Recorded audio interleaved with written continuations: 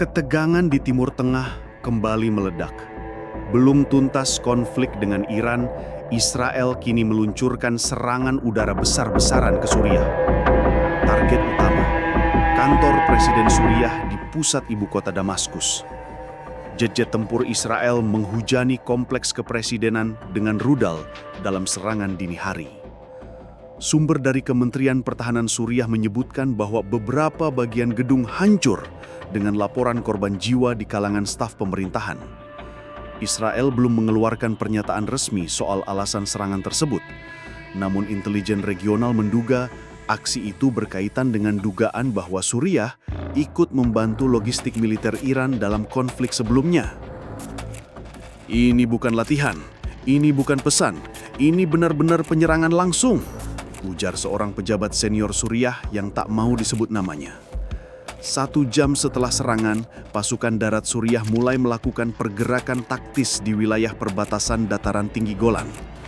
Pemerintah Suriah juga mengumumkan status siaga penuh dan menyatakan bahwa tindakan Israel adalah agresi terang-terangan terhadap kedaulatan negara. Di media sosial, tagger #IsraelBombSyria dan #MiddleEasternFire langsung trending global. Sementara itu, di dalam negeri Israel sendiri, serangan ke Suriah ini menuai reaksi tajam dari kalangan oposisi. Banyak pihak mempertanyakan urgensi membuka front baru perang, padahal konflik dengan Iran belum selesai dibersihkan debunya. Mereka kayak belum puas kalau belum musuhan sama semua negara tetangga, komentar netizen Arab dengan bendera api dan popcorn di Twitter. Kalau Israel negara gamer, mereka kayak baru menang 1 match, langsung masuk ranked lagi tanpa heal. Ujar akun anonim yang langsung diblokir dalam 15 menit. Hingga saat ini belum ada keterangan apakah Presiden Suriah selamat dari serangan tersebut. Kurang dari 10 jam setelah Israel menggempur kantor Presiden Suriah, serangan balasan dari Damaskus datang dengan kekuatan penuh. Rudal-rudal balistik Suriah menghantam langsung kantor Perdana Menteri Israel di Yerusalem, menghancurkan bangunan tersebut secara total. Serangan dilakukan pada jam sibuk, ketika seluruh staf dan pegawai berada di dalam gedung. Pemerintah Israel mengkonfirmasi bahwa tidak ada korban selamat dari pihak internal kantor PM. Total korban masih dalam proses identifikasi.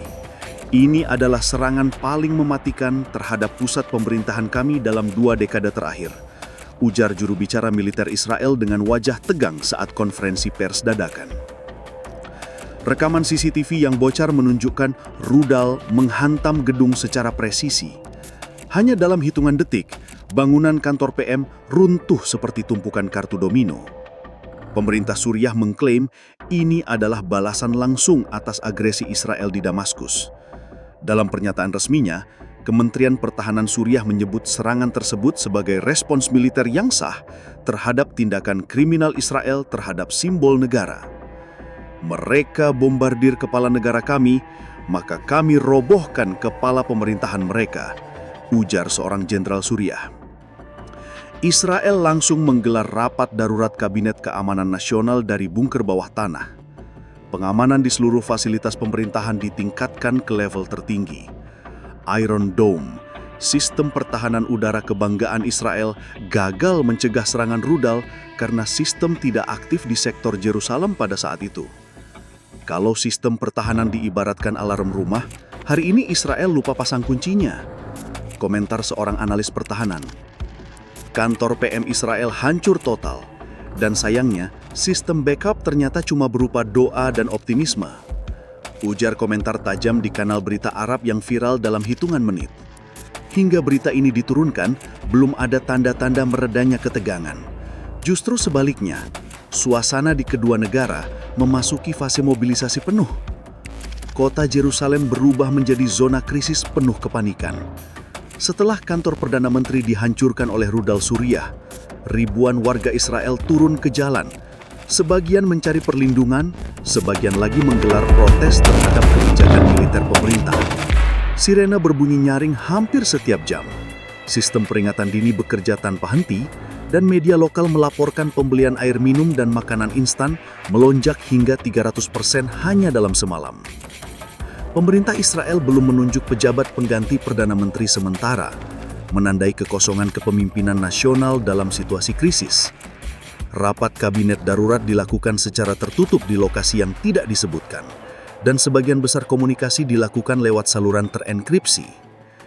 Ini bukan sekedar serangan, ini tamparan keras terhadap simbol pemerintahan Israel di jantung negara, kata seorang analis geopolitik lokal. Kalau ini permainan catur, Suriah baru saja makan menteri dengan satu langkah. Media internasional menyoroti kelemahan intelijen dan sistem pertahanan Israel yang gagal membaca potensi serangan balasan dengan skala sebesar ini.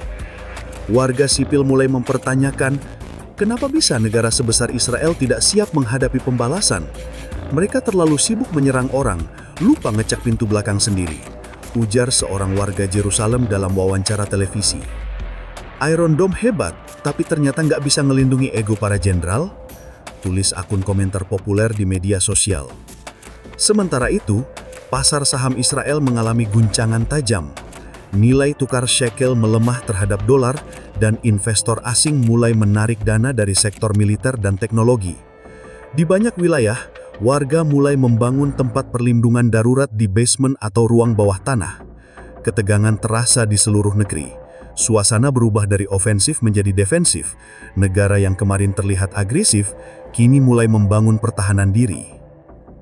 Reaksi keras muncul dari berbagai penjuru dunia setelah konflik terbuka antara Israel dan Suriah mengakibatkan kehancuran dua pusat pemerintahan dalam waktu kurang dari sehari.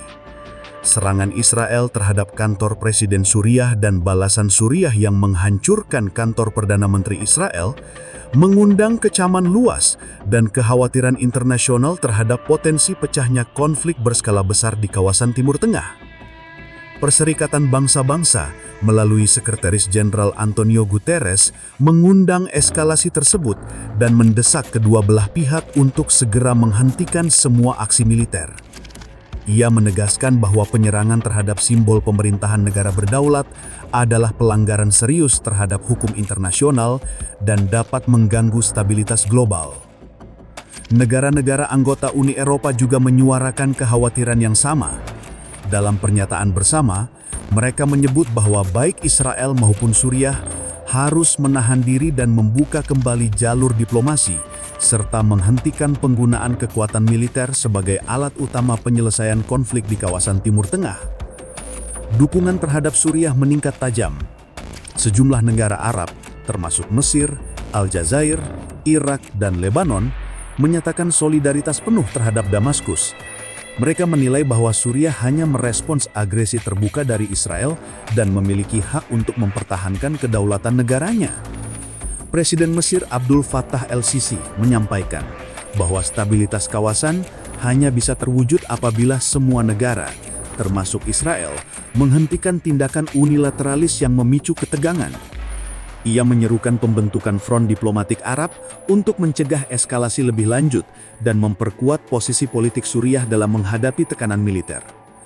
Iran, yang sebelumnya telah mengalami konflik langsung dengan Israel, juga menyatakan dukungan kepada Suriah dan memperingatkan bahwa serangan berikutnya terhadap Damaskus akan dibalas dengan aliansi militer yang lebih besar. Pemerintah Iran menyebut Israel sedang bermain api di tengah bahan bakar yang tersebar luas di kawasan. Sementara itu, Liga Arab mengumumkan akan menggelar pertemuan darurat di Kairo dalam waktu 24 jam untuk menyusun sikap kolektif terhadap perkembangan terbaru ini. Fokus utama pertemuan adalah membangun tekanan diplomatik terhadap Israel dan mendorong resolusi internasional untuk menghentikan agresi.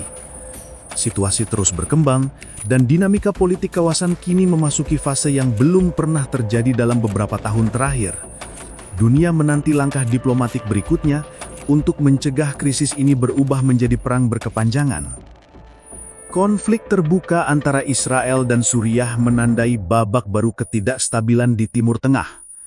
Dua serangan langsung terhadap simbol pemerintahan kedua negara dalam waktu kurang dari 24 jam telah menghapus batas diplomasi yang selama ini masih menjaga keseimbangan rapuh kawasan.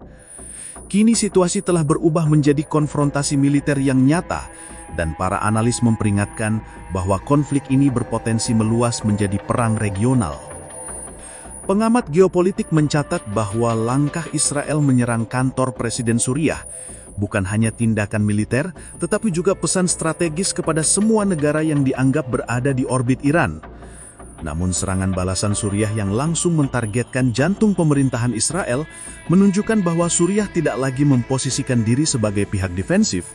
Suriah menanggapi dengan kekuatan penuh, menunjukkan kesiapan mereka untuk menghadapi konflik secara open. Ketegangan ini terjadi hanya berselang hari setelah Israel terlibat konflik besar dengan Iran, di mana ratusan jet tempur dikerahkan dan sejumlah wilayah vital Iran diserang.